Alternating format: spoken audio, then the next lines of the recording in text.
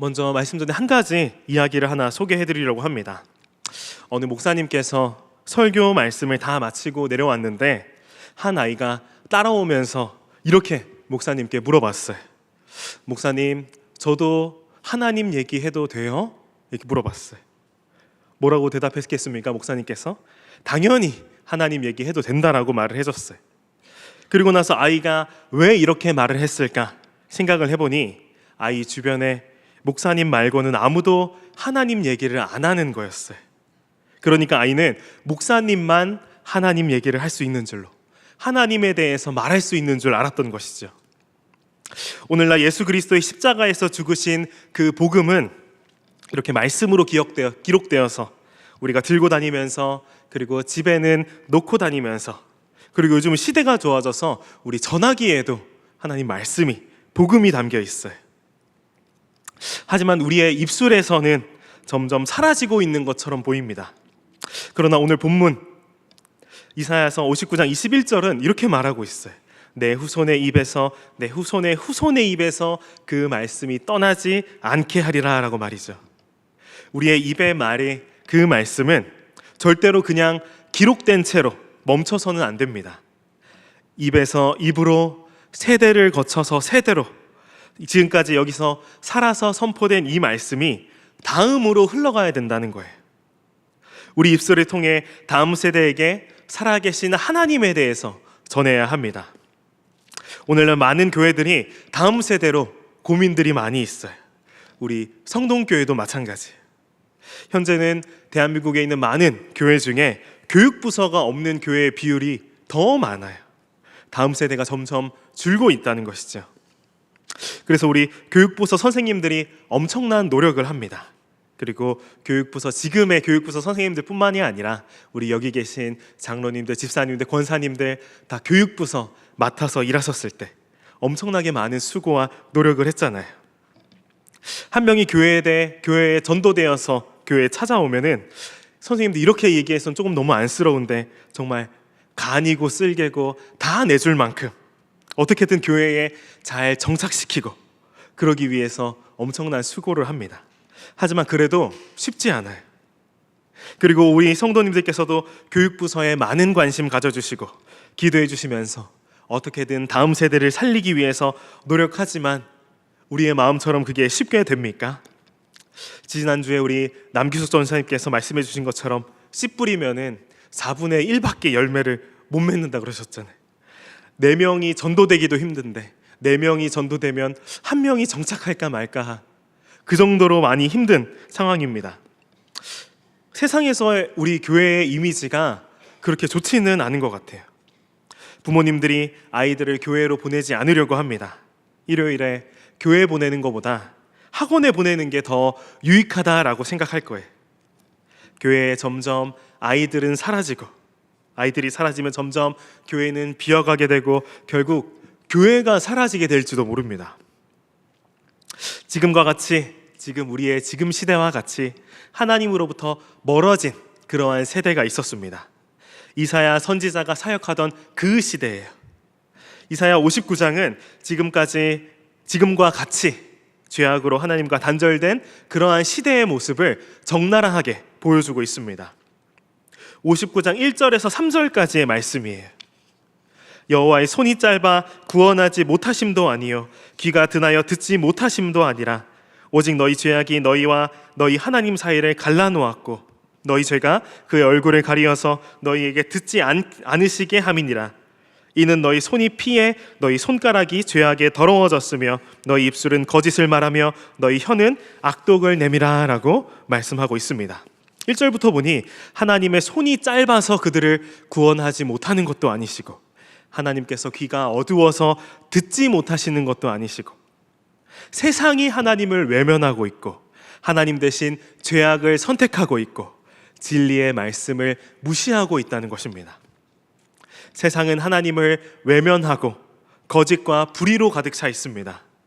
지금도 이 시대에 거짓과 왜곡, 공정함이 없고 진실을 말하지 않는 죄악이 만연한 그 모습을 우리는 쉽게 뉴스나 TV로 접하잖아요. 지금 시대가 바로 그렇다는 거예요. 과학기술이 발전하면 발전할수록 편하고 좋지만 사람들은 하나님 없이도 살 수 있다고 생각합니다. 우리 그리스도인들도 마찬가지인 것 같아요.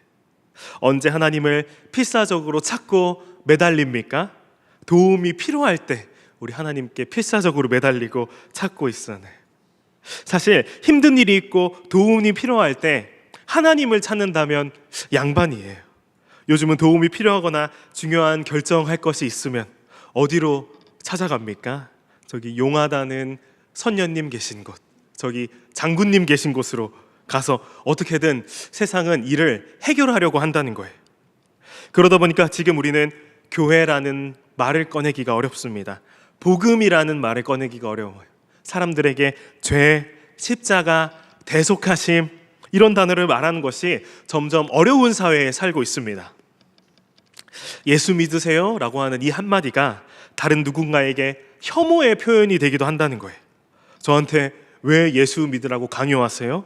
제가 왜 죄인이에요? 이렇게 대답하는 것처럼 말이죠.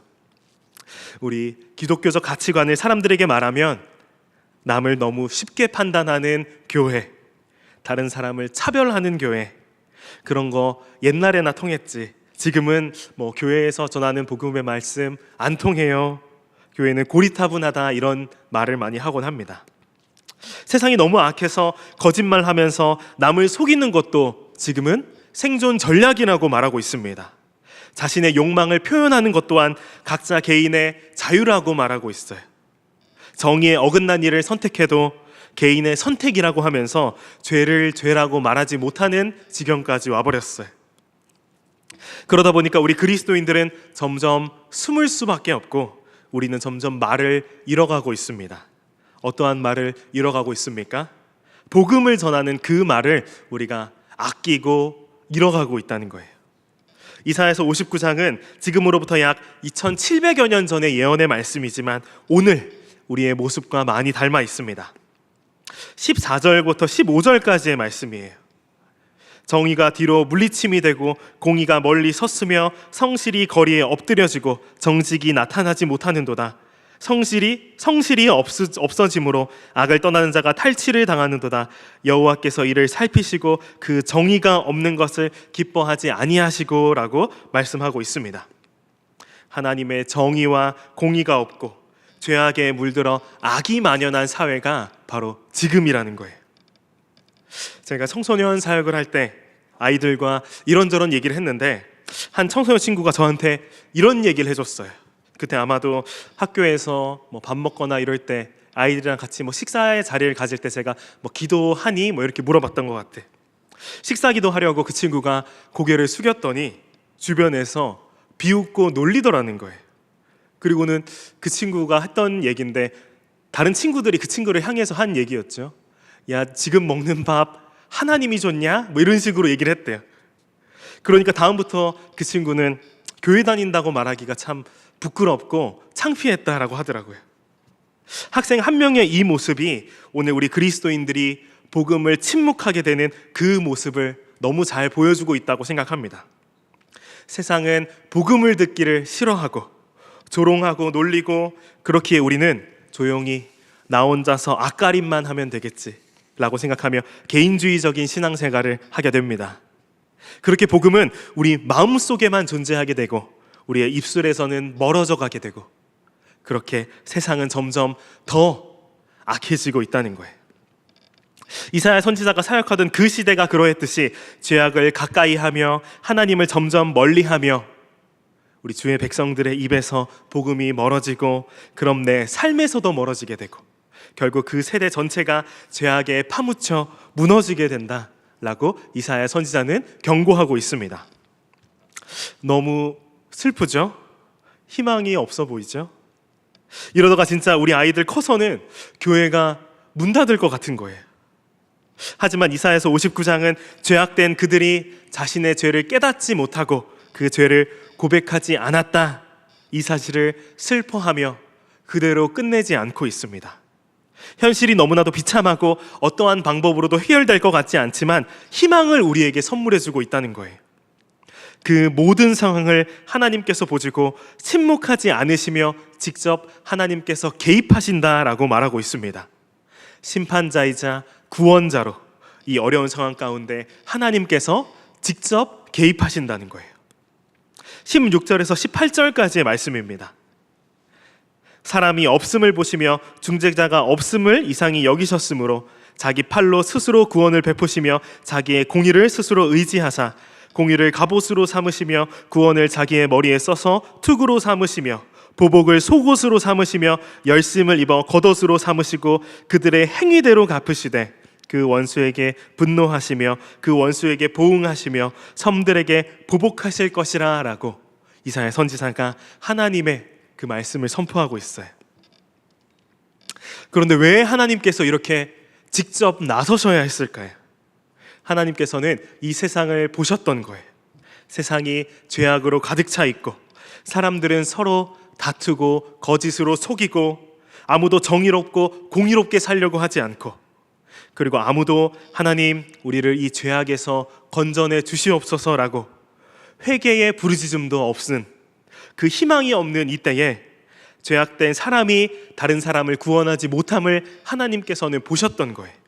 그리고 하나님은 직접 구원하고자 이 땅 가운데 오십니다. 하나님은 죄악을 심판하실 전사처럼 이 땅 가운데 오신다라고 이사야 선지자는 묘사하고 있어요. 공의로 갑옷을 입으시고 구원의 투구를 머리에 쓰시고 악한 자를 막으시고 억울한 사람들을 도우시는 영웅처럼 나타나셨어요. 하지만 예수님이 오셨을 때와 같이 우리 생각해 봅시다. 많은 사람들이 예수님께서 이 땅 가운데 오셔서 악한 자들이 다 처단하며 하늘의 그 크신 권능으로 죄악을 심판하며 다 물리치실 것으로 그런 능력의 주로 예수님을 바라봤지만 예수님께서는 그러셨습니까? 예수님께서는 그러시지 않으셨어요. 예수님이 십자가를 지시기 위해서 세상 가운데 오셨을 때 죄인을 벌주기 위함이 아니라 심판하시기 위함이 아니라 죄인을 죄로부터 해방시켜 구원해주기 위해서 이 땅 가운데 오셨다라고 직접 말씀하셨습니다. 요한복음 3장 17절의 말씀이에요. 하나님이 그 아들을 세상에 보내신 것은 세상을 심판하려 하심이 아니요 그로 말미암아 세상이 구원을 받게 하려 하심이니라 라고 말씀하고 있습니다. 우리를 대신해서 우리를 위해서 죄와 싸우시며 우리를 사망으로부터 구원해 주기 위해서 예수님께서 이 땅 가운데 오셨다는 거예요. 이렇게 하나님께서 완전 무장하셔서 피를 흘려가면서 우리를 위해서 죄와 싸우시며 우리의 삶 가운데 일일이 개입하신다라고 하는 것은 이것이 바로 복음인 것입니다. 쉽게 말하자면 이렇게 표현할 수 있겠어요. 어떤 아이가 구덩이 큰 곳에 빠졌어요. 다른 사람들은 다 지나가고 있습니다. 에이, 왜 거기에 빠졌어? 스스로 올라와야지 라고 얘기를 하며 불쌍하긴 한데 내 처지가 남을 도울 만한 형편이 안 돼서라고 그냥 지나가고 있어요. 그런데 한 사람이 오더니 자신의 옷을 더럽히면서 손을 다쳐가면서 구덩이로 뛰어들어가서 그 아이를 끌어올려주는 거예요. 그게 이 땅 가운데 직접 오셔서 죄와 싸우시고 승리하셔서 부활하신 예수 그리스도이시고 그리고 이 소식이 이 복된 소식이 바로 복음인 것입니다. 하나님은 단지 죄 짓지 말고 착하게 살아라 라고 경고하시고 그 경고를 어겼을 때 단호히 심판하시는 그런 분이 아니라 우리가 하나님의 뜻을 완전히 이루면서 거룩하게 살 수 없다라고 하는 것을 잘 아시고 직접 우리를 도와주시기 위해서 우리를 대신해 주기 위해서 이 땅 가운데 오셨다라고 하는 거예요. 그리고는 죄와 싸우시고 죄로부터 건져내 주시는 분이 바로 예수 그리스도이십니다. 하나님은 죄인을 향해서 진노하시는 분이 아니라 죄인을 구하기 위해서 직접 전신 갑옷을 입고 전쟁터와 같은 이 더럽고 이 악한 세상 가운데에서 죄와 싸우시는 하나님이세요. 바로 우리를 위해서요. 이 구원의 하나님 앞에서 자신의 죄를 인정하고 주님을 의지하는 사람들에게 하나님께서는 이 복된 소식이 하나님께서 우리를 구원하시기 위해서 직접 이 땅 가운데 오신다라고 하는 이 구원의 소식이 절대 끊어지지 않겠다라고 약속하고 계십니다. 바로 오늘 본문의 말씀이에요. 이사야서 59장 21절의 말씀입니다. 우리 함께 한 목소리로 읽겠습니다. 시작. 여호와께서 이르시되 내가 그들과 세운 나의 언약이 이러하니 내 위에 있는 나의 영과 내 입에 든 나의 말이 이제부터 영원하도록 내 입에서와 내 후손의 입에서와 내 후손의 후손의 입에서 떠나지 아니하리라 하시니라. 여호와의 말씀이니라. 아멘. 오늘 우리가 함께 읽은 본문 21절의 말씀은 죄악 속에 깊이 빠져서 희망마저 사라진 이사야 선지자의 시대와 마찬가지로 어둠과 절망 속에 머물고 있는 우리의 삶 가운데 하나님께서 주도적으로 이 복된 소식을 이어가시겠다라고 말씀하신 그 약속의 말씀입니다. 하나님께서는 이 구원의 선포를 말씀과 함께 성령을 함께 주시면서 영원토록 너의 입과 너의 자손의 입과 또 그 자손의 입에서 떠나지 않도록 약속하셨다는 거예요. 그러니까 지금 우리가 받은 이 복음은 단순히 성경 책에 기록된 정보나 유익한 내용 그런 것이 아니라 지금도 우리에게 유효한 하나님의 그 유산, 약속인 거예요. 우리 믿음의 선배들이 우리의 입에서 다시 아이들의 입으로, 우리의 삶에서 다시 다음 세대의 삶으로 복음이 전해져야 합니다. 우리의 기억 속에서만 남아있는 것이 아니라 책 속에서만 예수 그리스도의 십자가의 복음의 능력이 갇혀 있어야 하는 것이 아니라 우리의 말 속에, 그리고 우리의 말을 들은 자녀들의 말 속에 이 복음에 예수 그리스도의 구원의 그 복음이 살아 있어야 된다라고 하는 거예요. 더러는 이렇게 이야기합니다. 제가 믿음이 크지 않아서, 그리고 제가 부족해서, 그리고 제가 복음에 대해서 잘 몰라서 저는 복음을 못 전하겠어요 라고 얘기는 해요. 하나님께서는 그럴까봐 말씀과 함께 성령을 우리에게 주셨습니다. 이 약속은 우리 안에 성령의 능력으로 다음 세대에게 전해진다는 거예요. 교회에 좋은 프로그램, 좋은 시설, 좋은 간식이며 밥, 이런 거 너무 좋아요. 하지만 결국에는 우리 입술에서 입술로, 인격에서 인격으로, 우리의 삶에서 다음 세대의 삶으로 이어져야 하는 것이 바로 그 구원의 능력인 복음입니다. 로마서 10장 17절의 말씀입니다. 그러므로 믿음은 들음에서 나며 들음은 그리스도의 말씀으로 말미암느니라 라고 말하고 있습니다.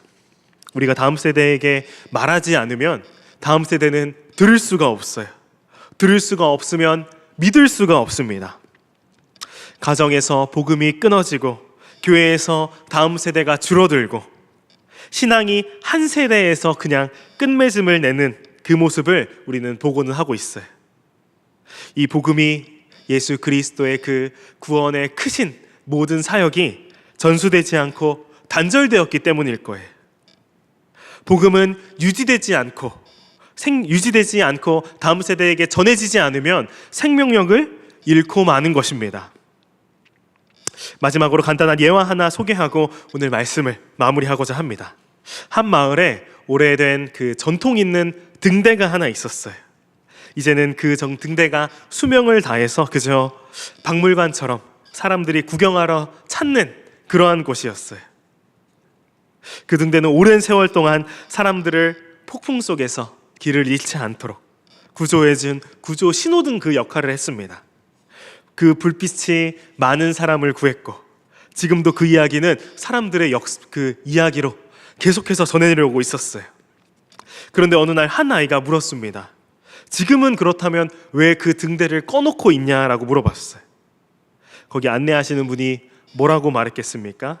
지금은 그냥 사람들이 보라고 전시해 놓은 거기 때문에 더 이상 사람들을 구할 불을 켤 필요가 없다라고 말했어요. 등대가 불을 켜지 않으면 등대로서의 역할이 더 이상 의미가 없듯이 복음도 마찬가지로 전해지지 않고 그저 가만히 우리 마음속에 품고만 살게 된다면 그 복음은 생명력을 잃고 예수 그리스도의 그 십자가의 죽으심이 아무런 의미가 없게 되는 것입니다. 예수님께서 십자가에서 우리를 위해서 죄와 싸우시고 죽음에서 부활하신 그 사건이 단지 2000년 전 과거의 이야기나 등대처럼 그냥 우리의 기억 속에, 우리의 역사 속에서만 남는다면 그것 또한 남들에게 보여주기 위한 전시용 복음이지 않겠습니까? 우리는 주일에 교회에 나와 말씀을 듣고 고백하고 함께 나눕니다. 하지만 월요일부터 시작되는 우리의 삶에서, 그리고 일터와 가정에서, 그리고 일상에서 우리가 그 복음이 사라진 채 살고 있다면 그건 야고보서에 나온 죽은 믿음이 되고 말 거예요. 사랑하는 여러분, 등대는 그저 존재하는 것이 목적을 이루는 것이 아닙니다. 불을 밝혀야 그 사명을 다하는 거예요. 마찬가지로 복음도 우리의 입술을 통해서 선포될 때 비로소 살아 움직입니다. 이 복된 소식이 우리의 입술에서 멈추지 않고 우리의 자녀와 그 자녀의 자녀에게로 흘러갈 수 있도록 하나님은 지금도 그분의 성령으로 우리와 함께 하시며 역사하고 계시다는 거예요. 오늘 우리가 지금 이 자리에 머물러 있는 이유는 단지 복음을 듣기만을 위함이 아니에요. 듣고 나서 전하기 위함입니다. 입을 열고 우리는 복음을 말하고 하나님의 그 공의로우신 정의로우신 뜻을 살아내며 우리가 세상 가운데 나아가야 한다는 거예요. 우리의 말 한마디가 한 영혼을 살리는 등대의 불빛처럼 되어질 줄로 믿습니다.